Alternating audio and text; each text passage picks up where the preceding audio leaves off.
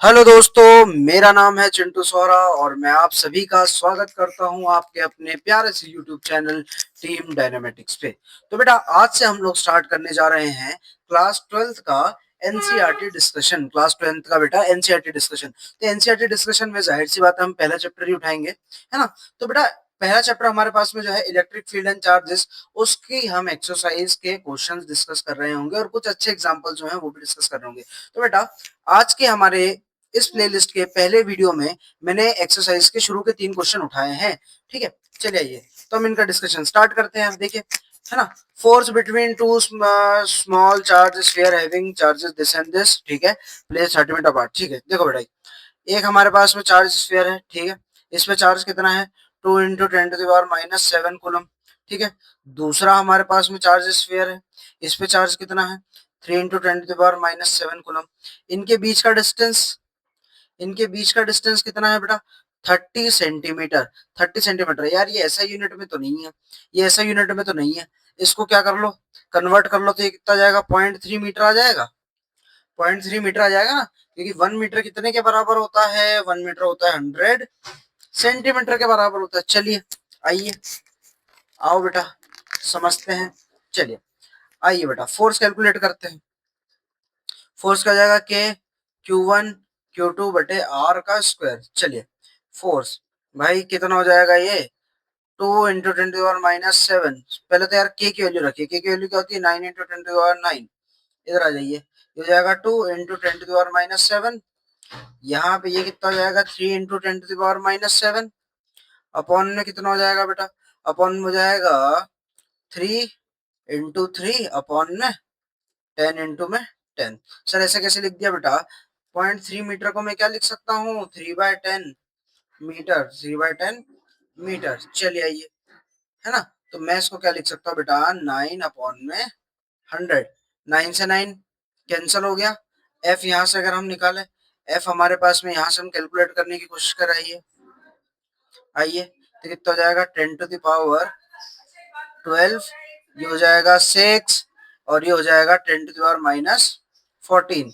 F कितना आ जाएगा बेटा, एफ हमारे पास में 6 यहाँ पे बचा, यहाँ पे हो गया माइनस का 12, तो आ गया 0.06 न्यूटन। 0.06 न्यूटन, ये हमारे पास में आंसर आ गया। चलिए अगला क्वेश्चन है हमारे पास में, कौन सा क्वेश्चन था बेटा 1.1। आइए अगला question, electrostatics force, electrostatic force on a small. Sir लेकिन आपने एक चीज तो बताई नहीं, क्या बेटा, कि ये तो स्फीयर थे, लेकिन सर जो थ्योरी में हम पढ़ते हैं वो पॉइंट चार्जेस के लिए होते हैं। तो बेटा एक शेल थ्योरम होती है, एक थ्योरम होती है हमारे पास में शेल थ्योरम। शेल थ्योरम, ठीक है।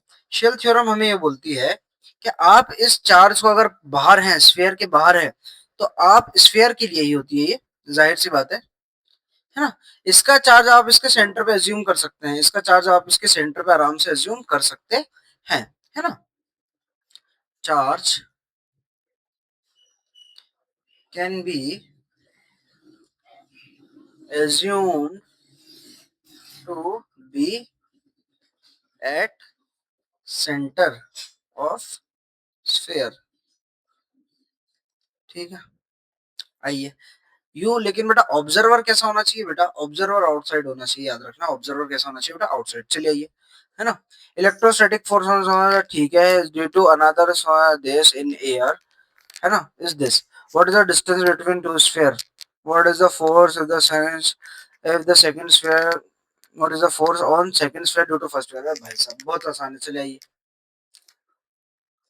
Question number 1.2, question number 1.2, charge की वैल्यू देख लेते हैं यार। पहली बात तो देखिए, एक चार्ज है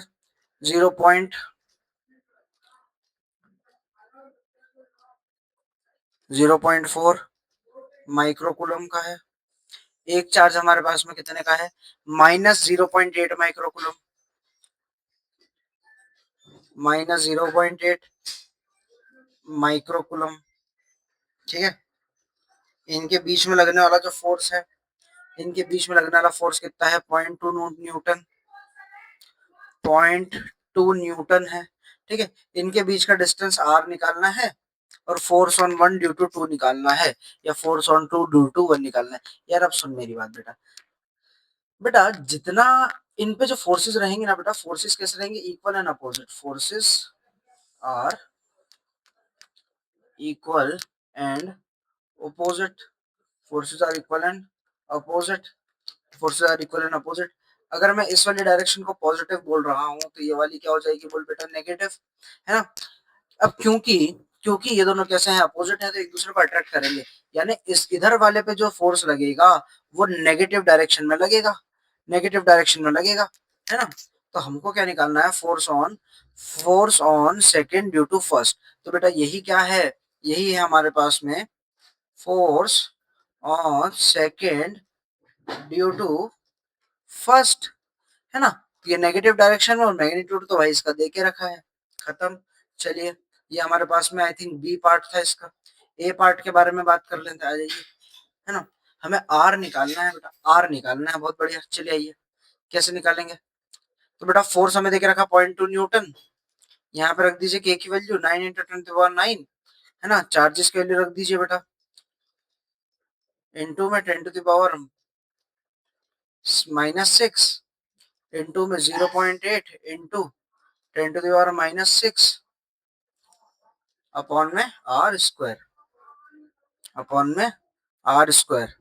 काटो, ये गया 2 बार में, आर स्क्वायर हमारे पास में यहाँ पे आ चुका है बेटा, तो हो जाएगा 9 इंटू 10⁹ ठीक है। ये जाएगा 1.6 इंटू 10⁻⁻12, ठीक है। 10⁻⁻12, यहाँ से 9 इंटू में 1.6 इंटू में 10⁻⁻ कितना हो जाएगा, देखो ये 12 और +9, 12 + 9 हमारे पास में कितना हो जाएगा बेटा, 3। 12 + 9 हमारे पास में हो गया 3, तो गया 9 इंटू में 16 इंटू में 10⁻²। यहाँ से अगर हम देखें तो आर हमारे पास में कितना आ जाएगा बेटा, √। ये देखिए क्या लिखा है, 3 का स्क्वायर, ये क्या लिखा है बेटा, 4 का स्क्वायर, और ये क्या लिखा है बेटा, 10 का स्क्वायर। तो r comes out to be 3 into 4 into में 10, कितना आ गया बेटा, 120, 120 मीटर आ गया, 120 मीटर आ गया बेटा। चलिए हाँ, ये देखे क्वेश्चन नंबर 1.3 देख लेते हैं यार, क्वेश्चन नंबर 1.3 देख लेते हैं यार। चलाया, चेक करना है बेटा, check that the ratio K E square G M E M P. कौन सा रेशो बेटा, के ई स्क्वायर अपॉन में G M P M E क्या है, is dimensionless। Look up a table of physical constant and determine the value of this ratio। determine the value of this ratio। अब देखिए बेटा, ये calculation वाला part है, ये कैलकुलेशन वाला पार्ट है हमारे पास में पूरी तरह से। मैं इसका डायमेंशन आपको निकाल के बता रहा हूँ, बाकी आप लोग इसका जो वैल्यू है वो कैलकुलेट कर सकते हैं, इसकी वैल्यू आप आराम से इजीली कैलकुलेट कर सकते हैं। चलिए आइए देखते हैं यार, ये डायमेंशन लेस है भी या नहीं। तो मुझे एक बात बताओ, सुनो मेरी बात, डायमेंशन तो मास के ही है। देखो बेटा ये कितना है, ई स्क्वायर अपॉन में जी।